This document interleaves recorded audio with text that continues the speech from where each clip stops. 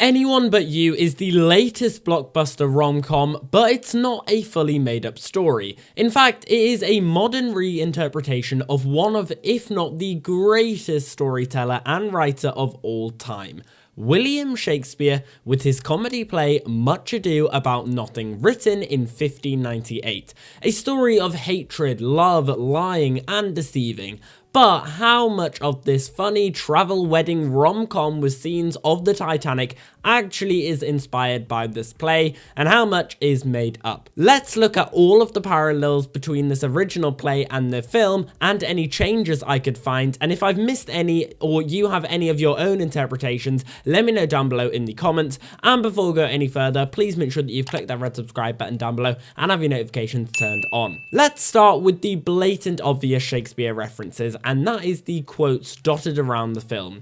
When Bea first leaves Ben's apartment after their one-night stand, she passes a wall with the quote, "He has much to do with hate, but more with love," which actually isn't from Much Ado About Nothing, but ironically to do with Shakespeare's most famous love pair, Romeo and Juliet. It's likely referencing how both characters thought they would be lovers as strong as Romeo and Juliet, but actually end up hating each other like Beatrice and Benedict in Much Ado About Nothing. Then we can see another quote on a sign when they are boarding the boat, which says, "I will assume thy part in some disguise." This is from Act 1, Scene 1 of Much Ado About Nothing, a line from Don Pedro's monologue about planning a party where he will disguise himself to trick Hero, which is basically what Bea and Ben are about to do. They are on a boat party and do the Titanic scene in order to trick everyone that they are lovers. And it's probably no coincidence that the first line of the monologue is, "What need the bridge much broader than the flood?" using a metaphor for a river and a bridge, and this scene just so happens to be set on a boat and follows Ben and Bea needing a bridge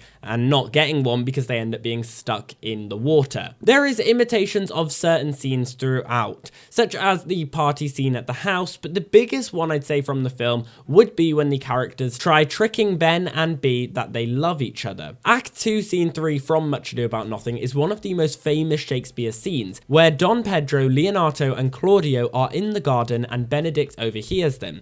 They on purposely make up a lie saying that Beatrice actually loves Benedict and doesn't hate him, and Hero caught her writing a letter to Benedict but ripped it up so she wouldn't be humiliated. Hath she made her affection known to Benedict? Your daughter says, "Shall I say she that have so oft encountered with scorn, write to him that I love him?" Oh, when she had writ it and was reading it over, she found Benedict and Beatrice between the sheet. And they also add in this line, "Some Cupids kill with arrows and some with traps," which is actually from the scene after this in the play, and I find it so funny when they respond with this line. "That was good, I like that, that's good, I just made it up." After this interaction, Benedict has one of his most famous soliloquies, "This can be no trick," where he convinces himself that he might like Beatrice, all because he now thinks Beatrice likes him, and it ends with him finding Beatrice.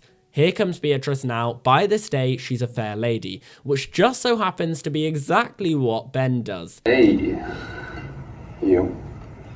Then when Hal and Claudia are getting married, during Hal's vows, she says, "I love you with so much of my heart that none is left to protest," which is a Beatrice line in Act 4 when she finally confesses her love to Benedict. And again, I find it so funny when they respond with this line. "That's very good.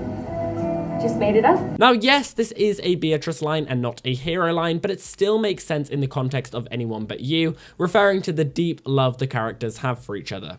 Then at the end, when Ben is confessing his love for Bea by the Sydney Opera House, he says, "Are you out of your mind?" "Yeah. Because it's been 2 years since we met, and I haven't spent every single day with you. That's the sign of a crazy person. And I love how you know what you don't want. But if it's not me." Which isn't word for word Shakespeare, but does seem very heavily influenced by when Benedict in Much Ado About Nothing Act 4 Scene 1 confesses his love for Beatrice. He says, "I do love nothing in the world as well as you, is not that strange?" And then in the end credits, when they're singing Unwritten, there is literally a sign behind Ben and Bea that says Much Ado About Nothing and shows them on a billboard together. Speaking of which, let's then talk about the characters and who each film character is meant to represent each play character, because the obvious two are Benedict and Beatrice being represented by Ben and Bea, who they even confirm Bea's full name is Beatrice. The play Much Ado About Nothing is all about the characters Beatrice and Benedict fighting and arguing with each other, saying they will never fall in love with each other. But because of deceiving tricks by Benedict's friends Don Pedro and Claudio, who trick him into thinking that Beatrice might love him in the garden scene we discussed earlier, the play ends with the two of them confessing their love for each other, like how Ben and Bea do at the Sydney Opera House. Speaking of which, we have Ben's friends, Claudia and Pete, who are meant to represent Benedict's close friends Claudio and Don Pedro.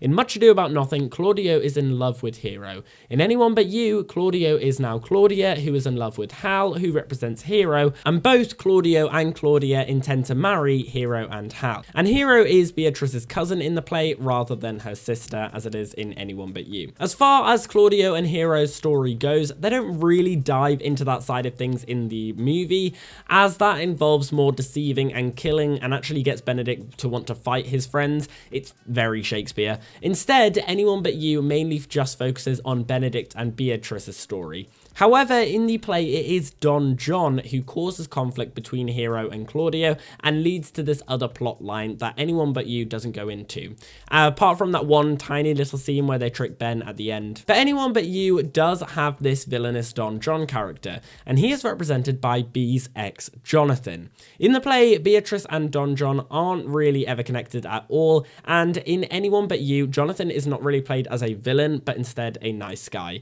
However, the reason why Bea and Jonathan broke up could have potentially portrayed him as a villain, but they really didn't play into that part of the play at all. The other massive character is Leonardo, who is the father of Hero and helps Don Pedro and Claudio to scheme Benedict. And he of course represents Leo, who was in the garden scene like we discussed before, and is Hal's father, and in this adaptation also Bea's father as well.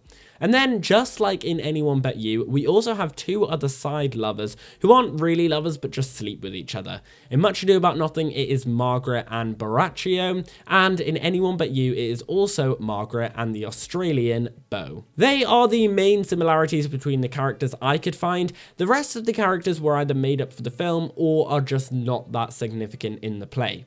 So there are loads of similarities between the two, but also a lot of differences. Anyone But You very much emphasizes the main themes of the play throughout: deceiving, secrets, love, and nobleness. But either way, I absolutely love the original play by Shakespeare, and I also loved Anyone But You, and I think it's a good example of how Shakespeare can still be relevant today and is a decent enough attempt of a modern retelling of this classic comedy. But anyway guys, that's the end of this video. I hope you have enjoyed it. If you have, make sure that you smash a like button down below and subscribe to the channel if you haven't already. Guys, let me know down below in the comments, what do you think about this? How many similarities do you think there are between Much Ado About Nothing and Anyone But You? And did you like Anyone But You's interpretation of this play? Let me know all your thoughts down there. And as always, we've been here on Gated Theories. Thanks for watching, and I'll see you guys later.